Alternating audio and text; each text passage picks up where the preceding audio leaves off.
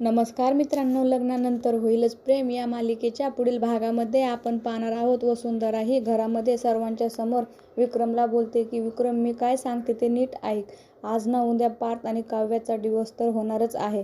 मग आपण असं करूया, दोघांचा डिवोर्स झाल्यानंतर पार्थ आणि रम्याचे लग्न लावूया.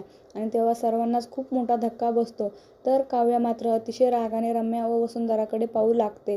तर तिकडे आपण पाहतो, नंदिनी ही आजारी पडलेल्या जीवाला रिक्षामध्ये बसून हॉस्पिटलमध्ये घेऊन जाते. त्यानंतर आपण पाहतो, घरी आल्यानंतर नंदिनीचे बाबा हे नंदिनीवर रागवतात आणि बोलतात, तुला रिक्षा चालवायला येते का? तेव्हा नंदिनी ही त्यांना उत्तर देते, जर एक सावित्री ही सत्यवानाला वाचवण्यासाठी स्वर्गापर्यंत जाऊन सत्यवानाला घेऊन येऊ शकते, तर मग मी तर माझ्या नवऱ्यासाठी रिक्षा तर चालू शकते. आणि नंदिनीचे हे बोलणे ऐकून नंदिनीची आई आणि जीवा दोघेही भारावून गेलेले असतात.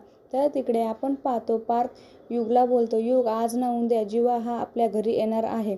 जीवाला घरी आल्यानंतर जीवा आणि दोघे एकमेकांच्या समोर येतील आणि पुन्हा माझ्या मनामध्ये जीवा व काव्याच्या विषयी संशय निर्माण होईल. त्या दोघांना मी एकत्र पाहू शकत नाही. आणि तेव्हा पार्थचे सर्व बोलणे काव्या देखील ऐकते आणि काव्याला मात्र अतिशय राग येतो आणि काव्या ही आपले सर्व कपडे भरू लागते. आणि त्याच वेळेस त्या ठिकाणी मानिनी येते आणि मानिनी बोलते, हो, तुला घर सोडून जायचं आहे ना, मग तू बिंदास घर सोडून जा, कारण रम्याला देखील हेच हवं आहे. तू जेव्हा घर सोडून जाशील तेव्हा रम्या ही पार्थच्या जवळ जाईल आणि तिने पार्थसोबत लग्नाचा प्रस्ताव तर पहिल्यांदाच ठेवलेला आहे. आणि तेव्हा काव्या देखील गोंधळून जाते. आता पुढे येणाऱ्या भागामध्ये काव्या ही पार्थला सोडून जाणार का, हे पाहणे अतिशय रंजक ठरणार आहे. लग्नानंतर होईलच की प्रेम या मालिकेचे सर्व अपडेट पाहण्यासाठी आमचे चॅनल लाईक करा, शेअर करा आणि सबस्क्राईब करायला विसरू नका. धन्यवाद.